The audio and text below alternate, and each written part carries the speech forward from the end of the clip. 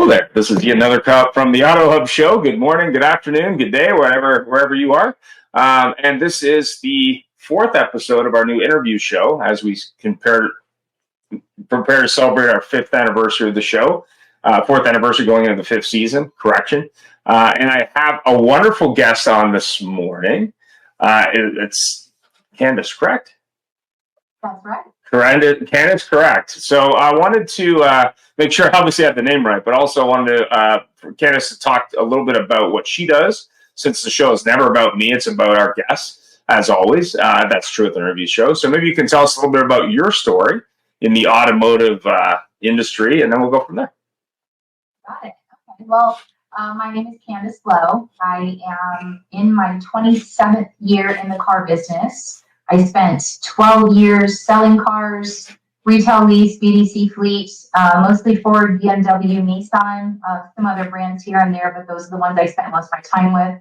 And then the last 12 years I spent in the consulting space, and then I guess the tail end of that, now I'm in the paid vendor space and handling multiple clients, just trying to figure out to do what's best for them on their paid digital efforts.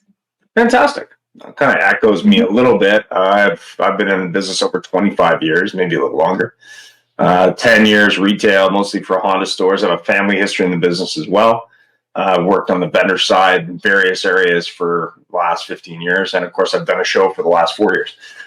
So, I've been doing that. But yeah, I mean, at the end of the day, for me, it's always been about the automotive industry and helping dealers, sometimes kicking and screaming, drag them to getting better. And that's actually the theme of the show, which is getting better every single show. So I guess my question, since we're rolling into a new month, rolling into a new year, and of course, rolling into a new series of episodes as I'm preparing for my show on Monday, which will be the anniversary show, but also the AI show, which is coming up, AIO show, which is coming up later this month as I prepare for SodaCon. What's your theory on dealers and software? Like, what's your advice to vendors of various types who are trying to get dealers to use software? Hey, if you miss us live, you can listen to us wherever you get your podcast. I think if you're trying to sell a dealer a solution vis-a-vis software, I really think you need to understand their business, their geography a little bit better. Going in blind to a dealership and just saying, hey, we have this wonderful, great, shiny new toy, and you should do it. You should absolutely pay for it. You're not really speaking their language. So the people who own dealerships, who are GMs of dealerships, 9 times out of 10, they literally, by the skin of their teeth, have come up through the ranks, worked their way up to get into that position, kicking and screaming all the way, right? They've learned school of hard knocks, however you want to put it. You have to sell them why it's important for their brand, for their store, for their community, for their dealership in that geography. And if you can solve that problem that they have, that the website's not driving enough traffic, the paid marketing vendor they're using isn't creating enough soft conversions. If you can actually get down to that hurt, and you're not going to do that in one, visit to the store. You're going to have to visit and listen to them and hear them tell what their hurts are. You actually spend some time with them. So if you can sell in a way that solves the hurt, as opposed to just going in blindly, generic template, here's my sales pitch, buy it or leave it. If you can go in like that with that attitude and solve the hurt for them, not only do you get the customer and the account, you'll probably keep them a lot longer. The loyalty tends to go up when you're solving a hurt for them that maybe they didn't even know they had the hurt. Sometimes it works like that too. Oh, I have a solution for that problem, but they didn't even know it was a problem until you came in and let them know there's an easier way to do this. So that's why we got CRF, right? You mean the Vegas call to actions they don't convert by themselves? Is that what you mean? No, and the 3x5 card and the tickler file, that doesn't do a whole lot for sorting out and following up with customers anymore. Yeah, I mean, we talk a lot about customer experience on the show, and especially around technology, but also when it comes to retention. And of course, the push lately has been staffing and digital retail. Obviously, being pushed along by Amazon and others. But I mean, I guess the bigger question, and this is something that always, comes to a head for me when you see changes, and these happened obviously early on in the show with the pandemic, but also changed again now with changes in the economy with interest rates and inventory again. I guess that the big focus for me has always been, it's always about the customer and the customer experience, whether that be virtual, whether that be in store. What's your advice on dealers who are saying, hey, I want to create a better customer experience, or OEM saying, hey, I want to push the dealer to do that, but I can't find the right staff, or I can't seem to fix my process, or this technology is just too difficult, and I want to go backwards. I mean, I hear that a lot lately, where we're going back to the new normal, whether it was with Steve Greenfield or others. But I think really the new normal has changed a little bit. I mean, I got actually a report from one of our sponsors, CDK, on the insights the other day, and I was going through that. It was really interesting just looking at the numbers around generations and around customer experience and around digital tech and around EVs specifically was one of the topics. But I guess my question is, with so much going on and dealers juggling so many things these days, what's your advice to them as to what technologies they should use, but more importantly, how could they, get their staff to use it at the highest level? CDK obviously is a CRM provider, but in addition to CRMs, they're juggling a lot of different things. I see it all the time. I got 6 tabs open. I got to do double entry. I got to do all this stuff. I mean, what is your advice there? So from the dealership level, my advice is go back to the basics on training. So I remember walking into stores and seeing the 12 steps to the sale up in the sales office, and I don't see that anymore. So I think going back to basics for a lot of people, because it really starts when the customer first contacts your dealership. It used to start, it was when they walked in the door and you shook their hand, that's the first interaction. Now it's when they call, when they email, when they chat, when they interact with your store digitally, that's the first interaction. So really the training has to be there, not just on the 12 steps, but there has to be steps for that, before they even walk in the door. For the chat, there has to be a process laid out for that. How are you going to address questions? For the phone calls, I don't see phone training anymore anywhere. So I see people outsourcing to offsite BDCs, and that's great if that works for you. But you have to train the people in the store. There's some areas that I covered when I was a consultant in Oklahoma and West Texas. That was a complaint a lot of the time is, I'm having trouble, keeping people trained or retaining people or finding people even. But really, you have to just double down on consistent training. It has to become a daily part of what you're doing for your sales teams. It just has to. And then as far as finding the customers, I'm not a big fan of third-party lead sources, because I think car dealerships, they're not like on wheels. We can't pick them up and wheel them to the next village and set them down and sell our snake oil, right? Yeah. It's pretty much locked into the community. So if you've been in a community for, say 10, 15 years, and you're not capitalizing on your DMS, your first party data, and treating those people right from like day one, it's going to be really hard to get them back into your store. So treating them right from day one, from the first interaction, phone, text, email, chat, whatever it is, carrier pigeon, treating them right with the right process. Daily training for the salespeople on how to handle every situation. And I'm not talking standing in the front of a room and barking at them what the process is. Actually role-playing a walk around, actually role-playing a phone call, and playing bad phone calls in a meeting and good phone calls in a meeting so people can hear the difference between them. Getting all the way into the weeds with those types of trainings really is what's going to push it to the next level. And then making sure that service drive customer who bought a car 3 years ago, but we somehow got them magically back in the front door, making sure we give enough love to that customer in the service drive that they want to come back in, and that results in a car purchase down the line. So you can't win by just knowing how to putt when you play golf. You have to play a long game too. So there's not enough people who know how to play the long game anymore. It seems like we're all great putters recently, and we just forgot how to do the long game. Well, it's interesting. Yeah, it's interesting you say that, because I was looking at the data and they broke out generations. So they had the greatest generation, baby boomers, my generation, Generation X, older millennials, younger millennials, and Gen Z, and I guess Generation Alpha's after that. But I thought it was kind of interesting how they broke out millennials in 2 segments. But the other thing that was really interesting, because I'm always interested in that male, female, other category, I guess these days, was just I thought that the percentage of people buying cars that happen to be female, to pick a gender, wasn't as high as I expected. Because when I sold cars, it was a much higher number, but maybe that's because it may be a couple buying a car potentially. But the thing that was really interesting was I looked at a Cox study. I did many shows on digital retail recently, but there seems to be a new resurgence into that area. Was that I think it was the number, and I mean, obviously I'm happy to share the study, but I think the number was something like 27% of consumers would like to complete the entire purchase online. That number being a little bit lighter in, like a mixed bag. But I think the disconnect isn't the digital retail tools or even the website platform.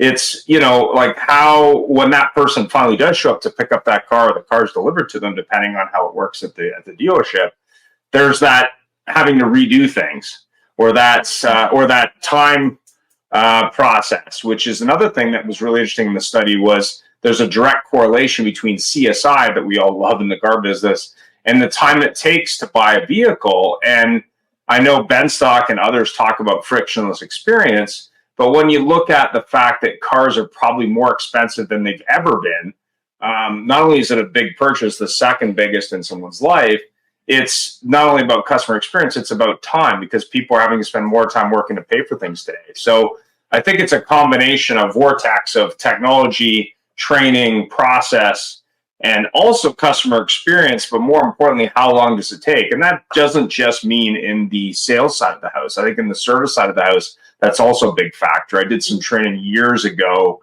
in the service side. And the thing that really shocked me, I guess, as I implemented tablets in the service drive, for example, and other software, was how long oil changes took on average, or how long it took for customers to hear back from a service department on their vehicle because of the sheer volume there. But I guess the question is, as you've navigated all these different sides of the business, retail, training, consulting, software, being a vendor, working with different vendors potentially, because that's always part of it. What do you feel the future is as we see AI and really a streamlining of all these tools and reduction of staff, or staff having to juggle more balls? What do you see the future there in retail? Like, what's your feeling? So, I mean, you kind of hit it with the time factor. So that's the whole reason behind all the software we pick up, is the value of time. Sometimes it's our time, most of the time it's the customer's time. Right. So the adoption of the digital retailing tool, that's definitely grown, because I remember, digital retailing tools, they aren't new. They're certainly not new to our business, but it's the adoption of them that's actually been a slow rollout. And I know, it doesn't matter how much money you make. We all have the same number of hours a day. We all have the same amount of time in each actual day to spend on. So respecting the customer's time in that aspect of it, I think that's where the AI tool can actually come into play when applied properly with the digital retailing tool, and advancing someone maybe through the steps that they can do before they walk in the front door, or before the car shows up in their front lawn or their driveway. So I think that's where, to really dig into the benefit of AI, I really think that's where we're going to have to pivot to, is utilizing it to make the digital retailing tool process a little less clunky. Because it is clunky now. And like you said, the process falls apart when they walk in the front door. It's like they never took 2 hours to fill out all that stuff at home in the digital retailing tool. When you start them over with, well, what are you looking for today? Wait a minute, what? I spent 2 hours last night telling you what I'm looking for. What are you talking about? So making sure that actually is seamless, and you can utilize AI for that. So I don't know why there's not someone who hasn't done this yet, but utilizing the digital retailing tool with an AI like tour that walks you through and says, okay, now you need to do the trade-in. You don't want to do that? Okay, we can do this piece.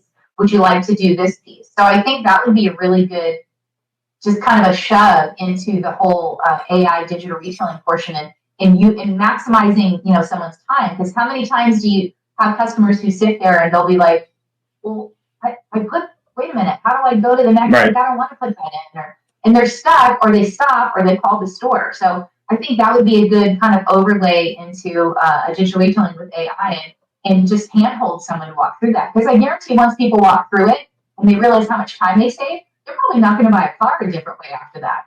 Yeah, I mean, I think when we started down that road, and we're kind of at a fork in the road now, where it's like, okay, we can't really go back, can't put the genie back in the box, but at the same time, we need to make changes. And I always use a couple brands as an example. If you have some time in your hands and you want to see how you can break a website for a car brand, definitely take a look at the Ferrari site and try and build a car, because there's so many options that eventually the computer just crashes because there's too much. But when unfortunately 911, and that can be the same thing. Wow. Fred Butler and stuff, you know. I mean, there's the 90%. There's only so much you can load in there. Yeah, yes and no, but I think Porsche was smart in terms of that they have basically forced the dealership experience and the OEM experience to be in lockstep, which I think you're going to see with Genesis and Hyundai and other brands, especially as Amazon works with them. But, you know, that's another thing that comes up, where, you know, if I go to a McDonald's to pick a restaurant, I don't get a Big Mac differently at different restaurants. It's pretty consistent. So I think that's part of it, but also, what does the customer want? And I think what's happened when I sold cars that had, you know, the steps to the sale, for example, I think what's happened now is it's like, okay, what step did you want to do next? As we look at things around possibly credit challenge people, or change in models, or change in customer behavior, or even change in how people buy vehicles. I mean, I worked for Nissan Infiniti for a while, and I was talking to a gentleman I used to work with, and his big challenge, since he works on the finance side of the business and his job is to help dealers sell products, is now the way people are buying cars has changed because of affordability. So they're doing a lot more short-term leases. So that makes it a challenge for that dealer to make money in the back end, for example, and for him to train him how to do that. But I would argue the same is true when you look at how people service vehicles, specifically on the EV side, but also even on the gas side, with a move towards, you know, hybrids or gas or electric. You know, they're selling prepaid maintenance. They're building that into a lease. The leases are shorter term. Customers that are younger have less dollars to spend. So that they're really looking at this. But more importantly, what's the best for the brand, the dealer, and the customer moving forward? Because I don't think younger generations look at a car purchase the same way I would. And I think that was why it was kind of interesting when it was like older millennials, younger millennials. You know, just because I thought that was an interesting split. You can order it right from CDK. It's called Insights. So this is the book.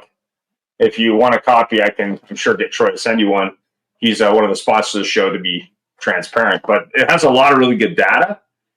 And there's even some stuff on F&I, which I thought was interesting, being that I used to do that. But and I guess the other thing is, you know, attracting people to the business. When I got in the business 25 years ago, it was challenging to attract people to work in the business. And I know gender-wise, we've had many shows on this, because not only is it challenging to attract women to the business, it's more challenging to retain women than men. I guess my question would be, as a woman in the car business, you know, what advice would you give to young women who maybe, or older women who say are looking for a change and want to look at the car business, whether it be on the vendor side or the retail side? I mean, what would your advice be? Have a plan. Have a plan of where you want to go, right. And talk to a lot of different people. Attend industry events. There's a lot of, I'm actually going to Women in Automotive in a couple of weeks. There's lots of women-focused events like that.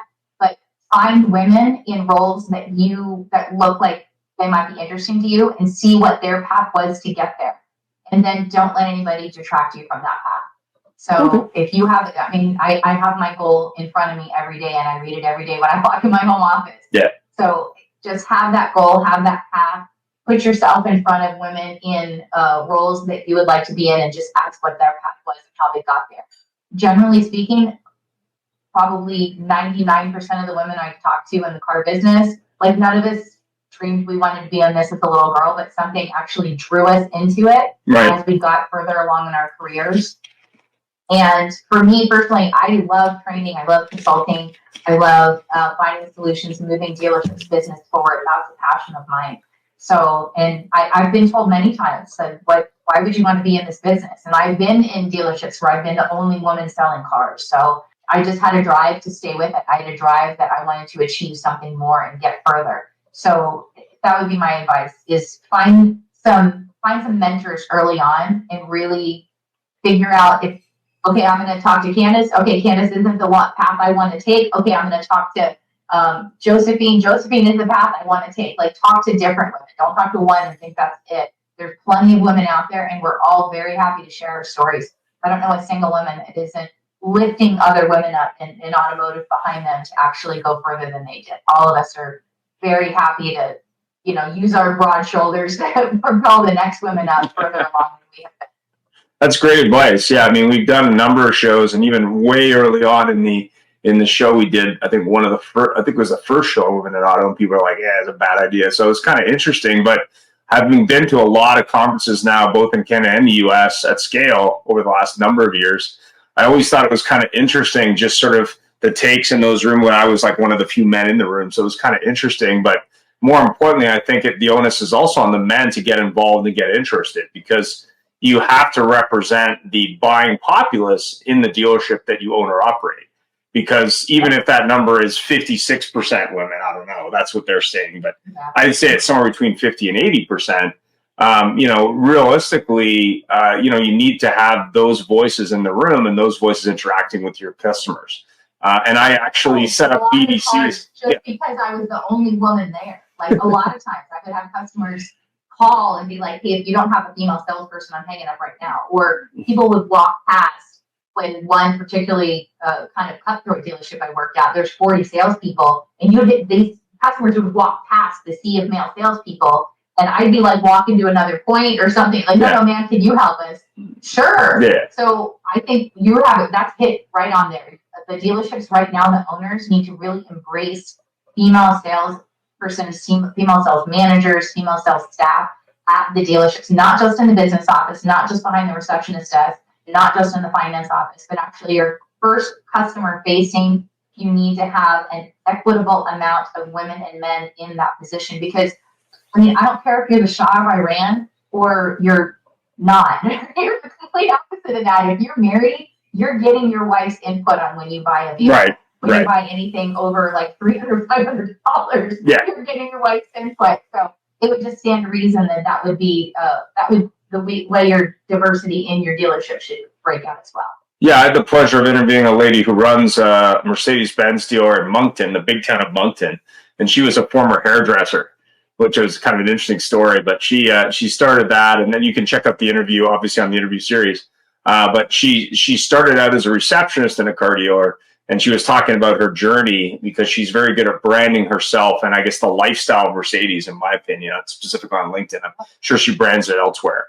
But I was talking to her about sort of her journey and sort of how she moved from a completely different industry, basically, that was customer focused. But it was really interesting, sort of her take on it.